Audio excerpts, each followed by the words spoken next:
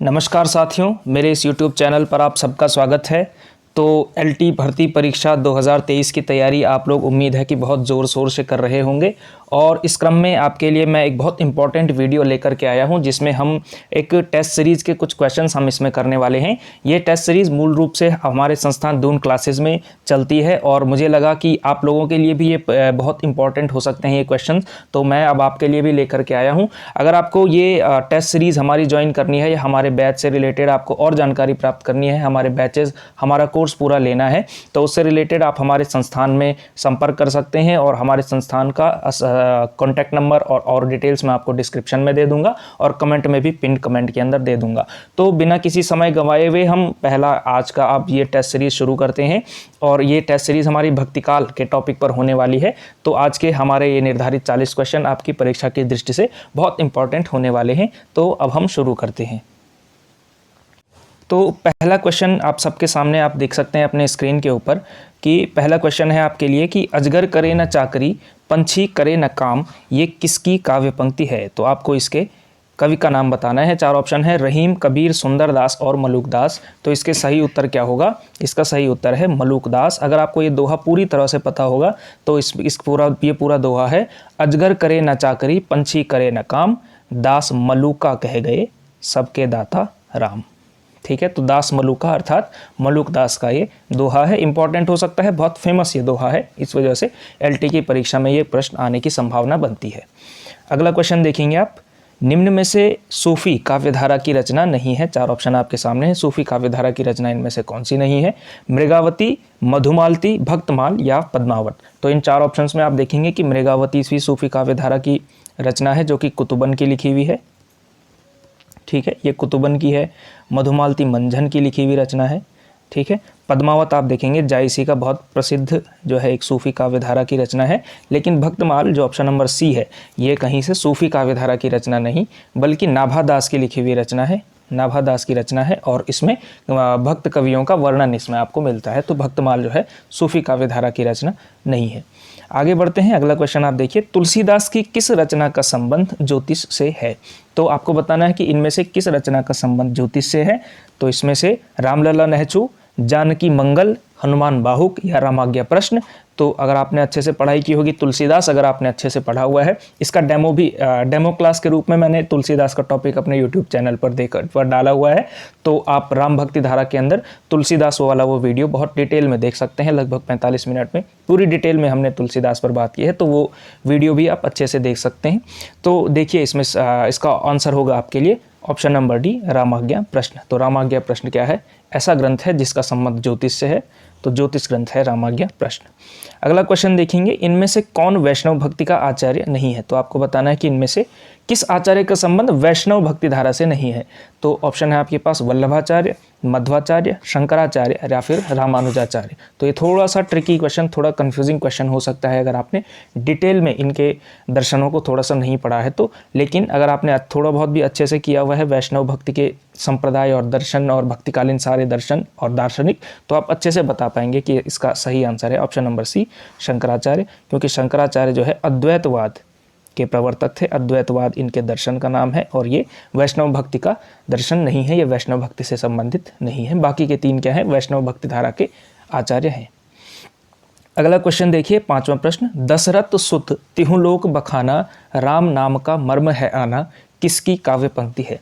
तो आपको बताना है ये किसकी काव्य पंक्ति है। 4 ऑप्शन आपके पास, कबीर, दादू, तुलसीदास और नानक देव। तो अगर आपको थोड़ा बहुत भी कबीर के बारे में ये पता हो कि उन्होंने राम नाम का जो है किस तरह से वर्णन किया है, उनका राम बाकी के सगुण राम से किस तरह से अलग है, तो आप आसानी से बता पाएंगे कि इसका आंसर क्या है। ए, कबीर है। क्योंकि दशरथ सुत तिहु लोक बखाना, राम नाम का मर्म है आना, ये तब कबीर ने कहा था जब उन्होंने अपने राम को निर्गुण राम के रूप में घोषित किया था और सगुण राम यानी कि जो दशरथ के बेटे राम हैं उनसे अलग बताया था कि मेरे राम वो वाले राम नहीं है जो आपके राम है। ठीक है, तो 5 क्वेश्चन आपके हो चुके हैं। आपको करना इसमें यह है कि जितने क्वेश्चन मैं यहाँ पे सॉल्व कर रहा हूँ आपको साथ ही साथ उसके उत्तर आपको काउंट करने हैं। जो आंसर आपको आता है वो अपने उसमें +1 आप काउंट करते जाइए और अंत में 40 प्रश्न जब हमारे कंप्लीट हो जाएंगे तो उसके बाद आपको 40 में से अपना स्कोर बताना है कमेंट सेक्शन के अंदर। ठीक है, अगला क्वेश्चन देखिए, छठा प्रश्न है, मृगावती के रचनाकार हैं। मृगावती के रचनाकार ऊपर हमने जो है इसकी चर्चा कर ली है। चार ऑप्शन है आपके पास, कुतुबन, ईश्वरदास, उस्मान या फिर मंजन। पहला ऑप्शन आपका सही होगा, कुतुबन जो है इसके रचनाकार हैं। मृगावती के रचनाकार कुतुबन है और ये क्या है, एक सूफी काव्यधारा की रचना है जिसे प्रेमाख्यान, सारणात्मक सूफी जो प्रेमाख्यान जिसे कहा है आपके हजारी प्रसाद द्विवेदी जी ने। आगे आते हैं, संवत 1631 करहूँ कथा हरिपद धरि सीसा। ये करहूँ नहीं है बल्कि करहूँ है, तो इस तरह से है करहूँ, क्योंकि ये तो थोड़ा सा हो जाएगा ब्रजभाषा का शब्द, लेकिन ये है अवधि का शब्द है, करहूँ कथा हरिपद धरि सीसा। तो ये पंक्तियाँ आपकी किस रचना से संबंधित है? चार विकल्प आपके पास दिए हुए हैं, पद्मावत, रामचरितमानस, कृष्ण गीतावली या पार्वती मंगल।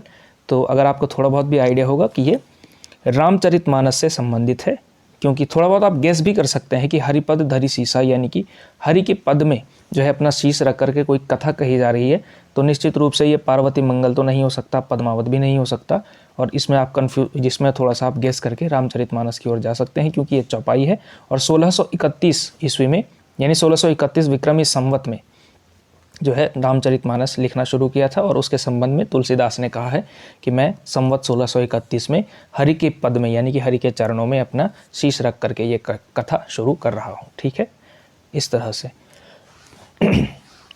आठवां प्रश्न देखिए, तुलसीदास की इन रचनाओं में अवधि की रचना नहीं है। पिछली बार आपसे तुलसीदास की रचनाओं की भाषा से संबंधित उसका पूछा गया था कि गीतावली की भाषा शायद आपसे पूछी गई थी, तो भाषा से संबंधित क्वेश्चन आ सकते हैं तुलसीदास में, क्योंकि बहुत इंपॉर्टेंट कवि हैं, इसलिए आपसे डिटेल में पढ़ाया गया है तुलसीदास। तो तुलसीदास की इन रचनाओं में अवधि की रचना कौन सी नहीं है? चार विकल्प हैं आपके पास, जानकी मंगल, पार्वती मंगल, विनय पत्रिका या फिर रामाज्ञा प्रश्न। तो इसका सही आंसर है आपका ऑप्शन नंबर सी, विनय पत्रिका। विनय पत्रिका इसका सही आंसर है। विनय पत्रिका की भाषा क्या है? ब्रजभाषा है। तो ब्रजभाषा में लिखी गई है विनय पत्रिका, ये आपको पता होना चाहिए। आगे बढ़ते हैं, नौवां प्रश्न देखिए, तुलसी का सारा काव्य समन्वय की विराट चेष्टा है। तुलसीदास के संबंध में यह कथन किस आलोचक का है? कि तुलसी का सारा काव्य समन्वय की विराट चेष्टा है। अगर आप पोस्ट ग्रेजुएट हैं तो निश्चित रूप से आपने पढ़ा होगा तुलसी की समन्वय दृष्टि, और ग्रेजुएशन में भी हो सकता है ये कॉन्सेप्ट आपने समझा होगा कि तुलसी क्या है? समन्वय के कवि माने जाते हैं। तो तुलसी का सारा काव्य समन्वय की विराट चेष्टा है, ये तुलसीदास के संबंध में किस आलोचक ने कहा है? चार विकल्प आपके पास दिए हुए हैं, रामचंद्र शुक्ल, हजारी प्रसाद द्विवेदी, रामविलास शर्मा या जॉर्ज ग्रियर्सन। तो इसका सही आंसर है आपके पास option number B, Hazari Prasad Dwivedi. तो हजारी प्रसाद द्विवेदी का ये कथन आपको याद रखना है, बहुत इंपॉर्टेंट हो सकता है। आगे बढ़ते हैं, क्वेश्चन नंबर अगला क्वेश्चन देखिए, हिंदी साहित्य का स्वर्ण युग भक्तिकाल को माना जाता है, इसका निर्देश सर्वप्रथम किस विद्वान द्वारा दिया गया? इसको थोड़ा सा घुमा करके मतलब थोड़ा सा शब्दों का हेर फेर करके इस क्वेश्चन को फ्रेम किया गया है। निश्चित रूप से सामान्य अगर हम शब्दों में कहें तो कि हिंदी साहित्य में भक्तिकाल को स्वर्ण युग किसने कहा, यानी कि भक्तिकाल को हिंदी साहित्य का स्वर्ण युग किस विद्वान ने कहा है? तो चार विकल्प आपके पास हैं, आसान अब मैंने कर दिया इस क्वेश्चन को। आपके पास चार विकल्प हैं, रामचंद्र शुक्ल, ग्रियर्सन, रामकुमार वर्मा या डॉक्टर नगेंद्र। तो इसका सही उत्तर होगा आपके पास option number B, Grierson. George Grierson इनका पूरा नाम था, और modern vernacular literature of northern Hindustan नाम की इनकी बहुत प्रसिद्ध किताब है। इनकी किताब का नाम भी आप अध्ययन करेंगे इसका ज़रूर। और जब हमारे यहाँ बैच में आपका जो है हिंदी साहित्य का इतिहास पढ़ाया जाएगा कि किस किस ने हिंदी साहित्य का इतिहास किस किस तरह से लिखा है, तो निश्चित रूप से जॉर्ज ग्रियर्सन का भी नाम इसमें आएगा। आगे बढ़ते हैं, क्वेश्चन नंबर 11 देखिए, विशिष्टाद्वैतवाद के प्रवर्तक कौन हैं? तो विशिष्टाद्वैतवाद के प्रवर्तक आपको बताने कि इनमें से कौन है। चार विकल्प हैं, वल्लभाचार्य, रामानुजाचार्य, मध्वाचार्य या फिर निम्बार्काचार्य। तो विशिष्टाद्वैतवाद के प्रवर्तक हैं आपके रामानुजाचार्य। ठीक है, ये बहुत इंपॉर्टेंट होने वाले हैं, मैंने पहले भी जब इसका क्वेश्चन आ रखा है। तो भक्तिकाल के दर्शन आपको याद करने हैं, भक्तिकाल के रिलेटेड दर्शन की कौन सा दर्शन किसने दिया है, किसका आचार्य कौन है, ये बहुत इंपॉर्टेंट कॉन्सेप्ट होने वाला है। बहुत हॉट फेवरेट क्वेश्चन ये आयोग की तरफ से आपके लिए हो सकता है। आगे बढ़ते हैं, भक्ति आंदोलन को भारतीय चिंताधारा का स्वाभाविक विकास मानने वाले आलोचक हैं। तो भक्ति आंदोलन के जो है आविर्भाव से संबंधित, यानी कि भक्तिकाल की शुरुआत और उदय उसका कैसे कैसे हुआ, इसके बारे में विद्वानों के अलग अलग मत हैं। तो इस क्रम में कि भारतीय चिंताधारा का स्वाभाविक विकास किस आलोचक ने माना है भक्ति आंदोलन को, तो इसमें आपको बताना है रामचंद्र शुक्ल, हजारी प्रसाद द्विवेदी, नगेंद्र या फिर नामवर सिंह। तो इसका सही उत्तर है आपके पास बी हजारी प्रसाद द्विवेदी। हजारी प्रसाद द्विवेदी की भी स्थापना और रामचंद्र शुक्ल की स्थापना दोनों ही आपको याद रखनी पड़ेगी भक्ति काल के संबंध में। और रामचंद्र शुक्ल की स्थापना हम आगे आने वाला है उसका क्वेश्चन, तो उसमें समझ लेंगे। लेकिन ये चीज़ आपको नोट करनी है कि हजारी प्रसाद द्विवेदी ने क्या कहा है कि भक्ति आंदोलन जो है वो भारतीय चिंताधारा का स्वाभाविक विकास है। यानी कि अगर मतलब निश्चित मतलब नेचुरली जो है भक्ति काल आया है, किसका कोई बाहर का जो है उसमें योगदान उस तरह से नहीं है जिस तरह से जो है अगर यानी कि इनकी स्थापना इस तरह से है कि कि इसमें जो मुसलमान जो इस देश में आए थे वो अगर नहीं भी आते, अगर जो है मुसलमानों की सत्ता न भी स्थापित हुई होती तो भी भक्ति आंदोलन वैसा का वैसा होता जैसा कि आज हमें मुसलमानों के शासन स्थापित होने के बाद प्राप्त हो रहा है। ठीक है, तो ये स्थापना आपको निश्चित रूप से याद करनी है। 13वां क्वेश्चन देखेंगे, रसखान कृत रचना है। रसखान की रचना इनमें से कौन सी है? रास पंचाध्यायी, अष्टयाम, मल्हार राग या फिर उपर्युक्त सभी। तो इसका सही उत्तर होगा आपके पास अष्टयाम। अष्टयाम जो है रसखान की रचना है। इसमें नरसिंह जी का मायरा किसकी रचना है? बहुत इंपॉर्टेंट हो सकता है कि नरसिंह जी का मायरा और इस तरह की रचना आपसे पूछी जाए, क्योंकि ये रचना किसकी है? 4 विकल्प हैं आपके पास, रसखान, रहीमदास, मीराबाई या फिर नंददास। और इसका सही उत्तर है आपका मीराबाई। तो मीराबाई की सारी रचनाएं आपको याद रखनी है। मीराबाई इंपॉर्टेंट कवियत्री होने वाली हैं क्योंकि आपके एनसीईआरटी में लगी हुई रचनाकार हैं, इस वजह से इनके सब कुछ आपको याद करना चाहिए। अब देखिए, अब आया है आपके लिए सबसे अच्छा क्वेश्चन, मतलब एक ही क्वेश्चन के अंदर 4 क्वेश्चन इसमें शामिल किए हुए हैं। ठीक है, आपको इसमें मिलान करना है। एक तरफ आचार्य दिए हुए हैं, दूसरी तरफ दर्शन दिए हुए हैं, यानी कि कौन सा फिलॉसफी इन्होंने दिया है। एक तरफ है देखिए शंकराचार्य, रामानुजाचार्य, निम्बार्काचार्य, मध्वाचार्य, और दूसरी तरफ दर्शन है विशिष्टाद्वैतवाद, द्वैताद्वैतवाद, द्वैतवाद और अद्वैतवाद। तो आपको जो है थोड़ा सा टाइम लगा करके आप इसमें मिला सकते हैं, पॉज करके वीडियो को मिला सकते हैं। मैं आगे बढ़ रहा हूँ इसमें कि आप देखेंगे शंकराचार्य का दर्शन क्या है। इसमें शंकराचार्य का दर्शन है अद्वैतवाद।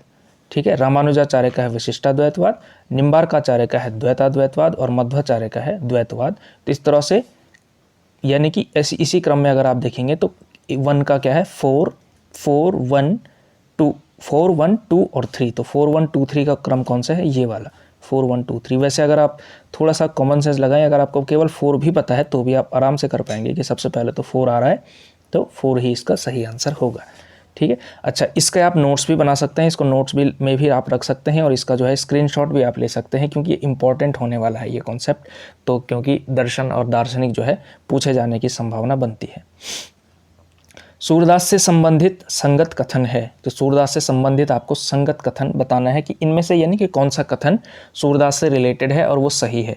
तो पहला है आपके पास सूरदास कृत सूर सागर का उपजीव्य ग्रंथ, यानी उपजीव्य ग्रंथ यानी कि सोर्स, यानी कि जिससे वो प्रेरित होकर के लिखा गया है, भागवत पुराण है। तो क्या ये कथन सच है?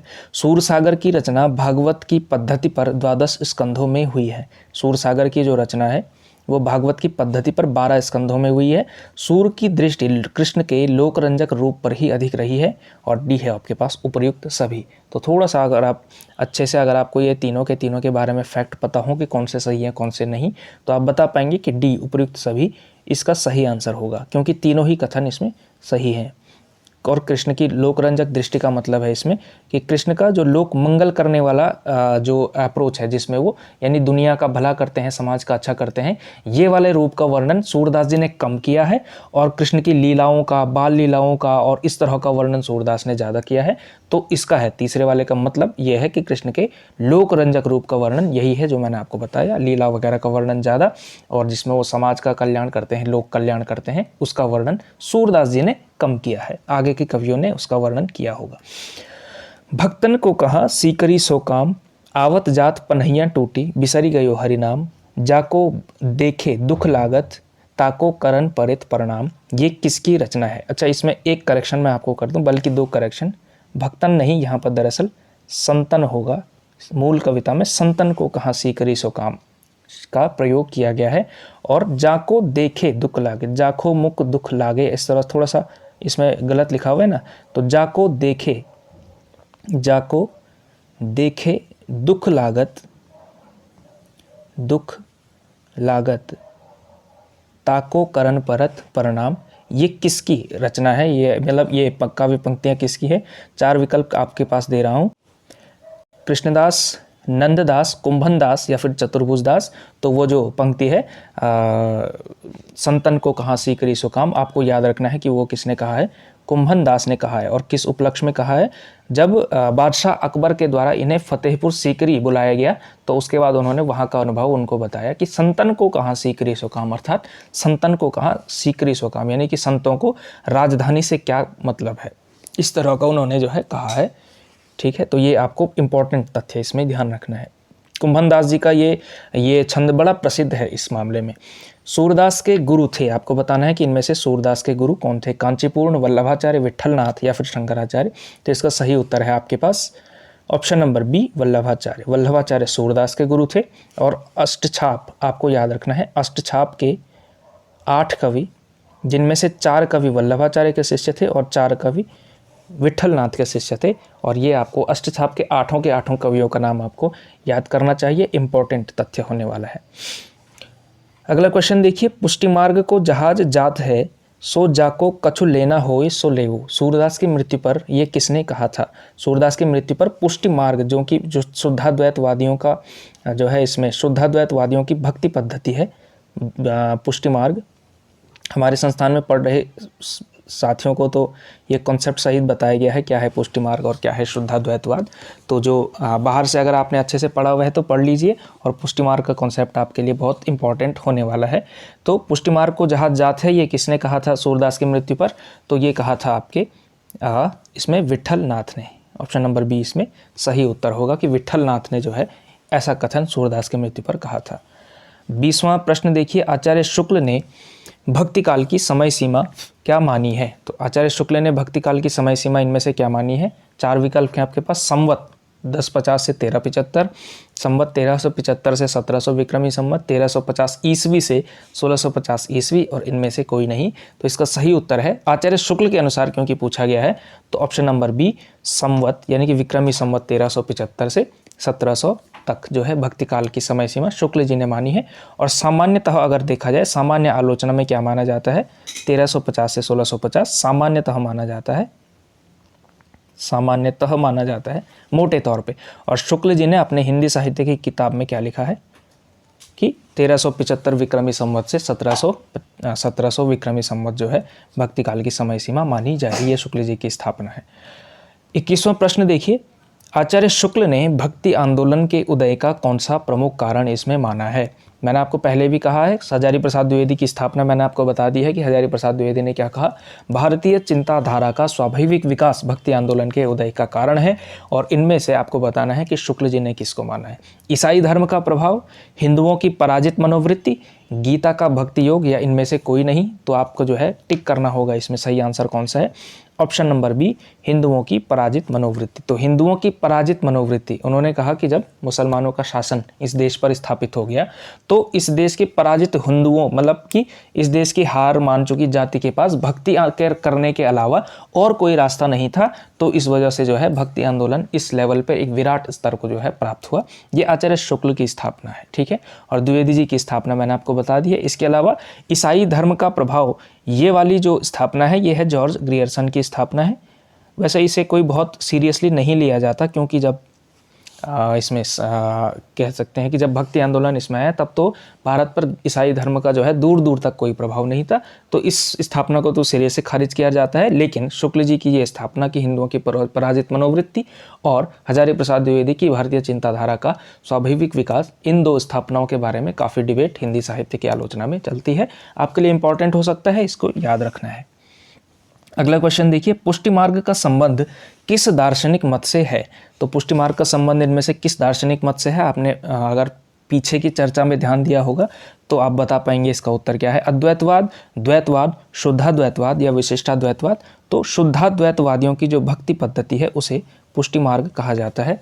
और पुष्टि मार्ग से संबंधित 8 मैंने आपको बताया कि 8 जो कवि हैं अष्टछाप के कवि, जिन्हें श्रीनाथ के मंदिर में जो है आराधना और कीर्तन भजन के लिए रखा गया था, जिसमें से सूरदास भी एक थे। तो पुष्टि मार्ग, शुद्धाद्वैतवाद, अष्टछाप, ये आपको याद रखने हैं।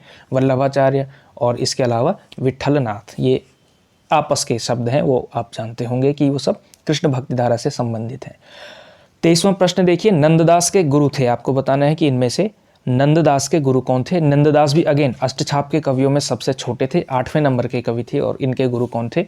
विट्ठलनाथ। मैंने आपको आगे पीछे की चर्चा में बताया कि 4 शिष्य वल्लभाचार्य के थे और 4 शिष्य विट्ठलनाथ के थे और इनमें से विट्ठलनाथ के शिष्य थे नंददास। ठीक है, याद रखना है।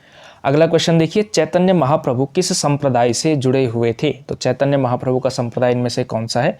श्री संप्रदाय, वारकरी संप्रदाय, गौड़ीय संप्रदाय या इनमें से कोई नहीं? तो ऑप्शन नंबर सी गौड़ीय संप्रदाय इसमें सही उत्तर होगा। ठीक है, अगला क्वेश्चन देखिए, साहित्य लहरी किसकी रचना है? तो साहित्य लहरी किसकी रचना है? सूरदास की, मीराबाई की, रसखान की या कुंभन दास की?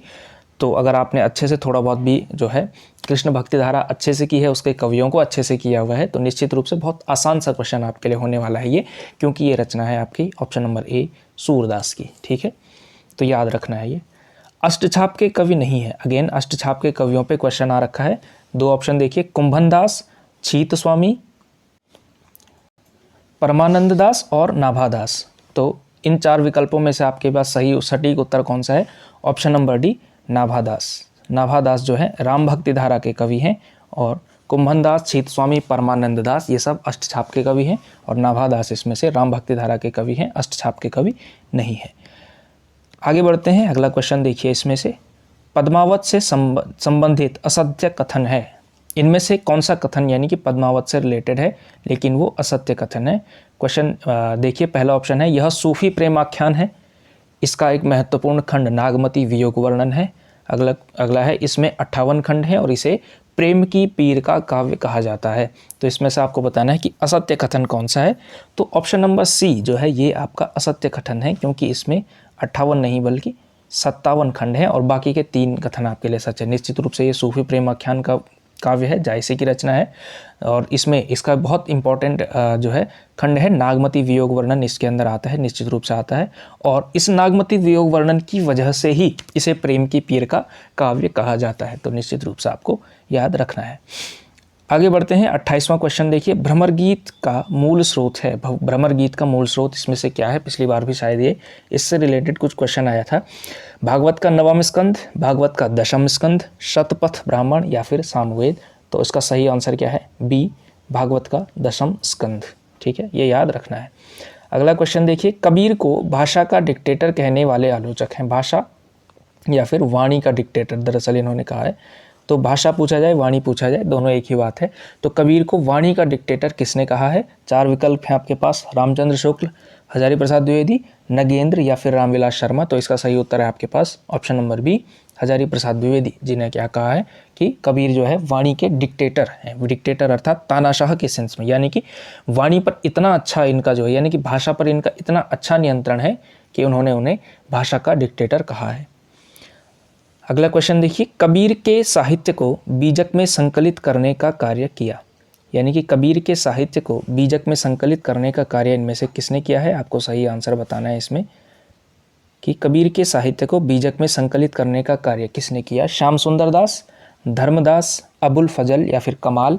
तो इसका सही उत्तर है आपके पास बी धर्मदास। धर्मदास जो कि इनके शिष्य थे, उन्होंने सन 1464 ईस्वी में जो है बीजक का संकलन किया था। कबीर की समस्त रचनाओं का संकलन जो है बीजक नाम से किया था। अगला क्वेश्चन देखिए, माला फेरत जुग भया, फिरा न मन का फेर, कर का मन का डार दे, मन का फेर। तो ये दोहा किसका है? बहुत आसान सा क्वेश्चन है, इस टेस्ट सीरीज का सबसे आसान क्वेश्चन आपके सामने रख रहा हूँ। माला फेरत जुग भया, ये किसका दोहा है? रहीम, कबीर, तुलसीदास या सूरदास? तो इसका सही उत्तर है आपके पास बी कबीरदास। ठीक है, याद रखने हैं कबीर के जो इंपॉर्टेंट दोहे जितने भी आप तक आज आपने पढ़े हैं, कबीर का हर दोहा इंपॉर्टेंट है। जो भी आपने आज तक अपनी जो है स्कूल लाइफ में या कॉलेज लाइफ में पढ़ा है वो सब कबीर के लिए तो सब कुछ इंपॉर्टेंट होने वाला है। अगला क्वेश्चन देखिए, 32वां क्वेश्चन, स्वामी अग्रदास का संबंध किस भक्ति शाखा से है? तो स्वामी अग्रदास का संबंध किस भक्ति शाखा से है? ज्ञान मार्गी शाखा, प्रेम मार्गी शाखा, राम भक्ति शाखा या कृष्ण भक्ति शाखा? तो स्वामी अग्रदास जो है राम भक्ति शाखा के आचार्य हैं, यानी राम भक्ति धारा के कवि हैं। अगला क्वेश्चन देखिए, तुलसी की रचना कौन सी, यानी कि तुलसी की रचना कौन सी नहीं है? कि इन 4 विकल्पों में से तुलसी की रचना कौन सी नहीं है? पहला है दोहावली, दूसरा है बरवे रामायण, तीसरी है हनुमान बाहुक या फिर चौथा है बरवे नाई का भेद। तो इसका सही उत्तर होगा आपके पास बरवे नाई का भेद। ये रचना जो है तुलसीदास की नहीं है, ऊपर की तीनों रचनाएं तुलसीदास की हैं। तुलसीदास की 5 बड़ी तथा 7 छोटी रचनाओं का आपको याद रखना है, ठीक है। दोहावली, बरवे रामायण और हनुमान बाहुक तीनों ही तुलसीदास की रचना है। नाई का भेद तुलसीदास जैसे मर्यादावादी कवि जो है नहीं लिख सकते हैं, इस वजह से नहीं है ये इनकी रचना। रास पंचाध्यायी किसकी रचना है? अच्छा, ये थोड़ा सा श हुआ है, रास पंचाध्यायी ही है, इतना ही है इसका नाम। रास पंचाध्यायी किसकी रचना है? 4 विकल्प हैं, सूरदास, नंददास, चतुर्भुजदास या कृष्णदास। तो सही उत्तर है आपके पास बी, नंददास, जो कि आपके अष्टछाप के 8 कवियों में से सबसे छोटे कवि हैं नंददास। अगला क्वेश्चन देखिए, गोरा बादल का संबंध किस काव्य से है? यानी कि इनमें से किस रचना का संबंध जो है गोरा बादल से होने वाला है? चौथा विकल्प मैं यहीं पर रख देता हूँ, पद्मावत। ये 4 विकल्प हैं, स्लाइड चेंज नहीं करनी पड़ेगी इसलिए। चित्रावली, मधुमालती, हंस जवाहिर या फिर पद्मावत। तो आपको बताना है इसमें से सही विकल्प कौन सा है। गोरा बादल का संबंध किस काव्य से है? तो ये है पद्मावत। ऑप्शन नंबर डी जो इसका होने वाला है वो है इसका सही उत्तर। अगला क्वेश्चन देखिए, 36वां प्रश्न, अष्टछाप में संकलित कवि नहीं है। तो अष्टछाप में इनमें से कौन सा कवि अष्टछाप में संकलित नहीं है? छीत स्वामी, कृष्णदास, नंददास या फिर सुंदरदास। तो सही आंसर होने वाला है इसका option number D, Sundardas. Sundardas संत काव्यधारा के कवि हैं, दादू पंथ संप्रदाय के जो है कवि हैं, इसलिए ये तीनों ऊपर के तीनों अष्टछाप के कवि में शामिल होते हैं और सुंदरदास जो है संत काव्यधारा के कवि हैं, अष्टछाप के कवि नहीं हैं। 37वां क्वेश्चन देखिए, पद्मावत किसकी रचना है? यानी कि इनमें से किस कवि की रचना पद्मावत है? बहुत आसान सा क्वेश्चन है, सेकंड सबसे आसान क्वेश्चन इस टेस्ट सीरीज का है। कबीर, तुलसीदास, जायसी या सूरदास। इसका सही उत्तर है आपके पास option number C, Malik Mohammad Jayasi की रचना है पद्मावत। बहुत महत्वपूर्ण रचना है और आपको याद भी होनी चाहिए। 38वां क्वेश्चन देखिए, बीजक किस कवि की रचनाओं का संकलन है? इनमें से किस कवि की रचनाओं का संकलन जो है बीजक नाम से है? इसमें क्वेश्चन ऊपर आ चुका है, धर्मदास से संबंधित मैंने आपको बताया है। तो इसका सही उत्तर होगा आपके पास ऑप्शन नंबर ए, कबीर। अगला क्वेश्चन देखिए, कीरति भनीति भूति भली सोही किसकी काव्य पंक्ति है? बहुत प्रसिद्ध ये चौपाई का हिस्सा है। कीरति भनीति भूति भली सोही किसकी काव्य पंक्ति है? सूरदास, कुंभनदास, तुलसीदास या फिर जायसी। तो सही उत्तर है आपके पास option number C, Tulsidas. Tulsidas ji की ये चौपाई का एक हिस्सा आपको बताया गया है। 40वां क्वेश्चन देखिए, लगा आषाढ़ गगन घन बाजा किस रचना की पंक्ति है? लगा आषाढ़ गगन घन बाजा किस रचना की पंक्ति है? सूरसागर, पद्मावत, रामचरितमानस या फिर कवितावली। तो इसमें से सही उत्तर इसमें से कौन सा है? पद्मावत। पद्मावत का जो नागमती वियोग वर्णन है, नागमती वियोग खंड जो शुरू होता है इसमें, नागमती वियोग खंड, उसकी शुरुआत होती है लगा आषाढ़ गगन घन बाजा से। आषाढ़ से लेकर के वहाँ से फिर पूरे 12 महीने का जो नागमती का वियोग वर्णन है, रत्नसेन के वियोग में उसका जो तड़पना है, जो विरह है, उसका वर्णन नागमती वियोग के अंदर किया गया है और उसकी शुरुआती पंक्ति है लगा आषाढ़ गगन घन बाजा। तो इस तरह से कंप्लीट होते हैं हमारे 40 क्वेश्चन। मुझे कमेंट सेक्शन में बताइएगा ज़रूर कि आप कितने क्वेश्चन इनमें से कर पा रहे हैं। भक्ति काल के ये बहुत इंपॉर्टेंट आपके LT भर्ती के लेवल पर जो है पूछे जाने लायक क्वेश्चन है। तो अगर आपको ये वीडियो अच्छा लगा हो तो वीडियो को लाइक करना है, आपने चैनल को सब्सक्राइब करना है। और अगर आपको हमारे कोर्स से रिलेटेड, बैच से रिलेटेड ज़्यादा जानकारी प्राप्त करनी है तो कमेंट सेक्शन के पिंड कमेंट के अंदर आपको कॉन्टैक्ट नंबर दिए हुए हैं, उसके अंदर आप कॉल कर सकते हैं। और बाकी हमारे चैनल पर जो है आप लगातार जुड़े रहिए और इस चैनल को सब्सक्राइब कीजिए ताकि आपको LT से और हिंदी से रिलेटेड जितने भी प्रतियोगी परीक्षाएं होती हैं उससे रिलेटेड जानकारी आपको प्राप्त होती रहे, इंफॉर्मेटिव वीडियो और नॉलेजेबल वीडियोस प्राप्त होती रहे। फिलहाल के लिए आपका बहुत बहुत शुक्रिया।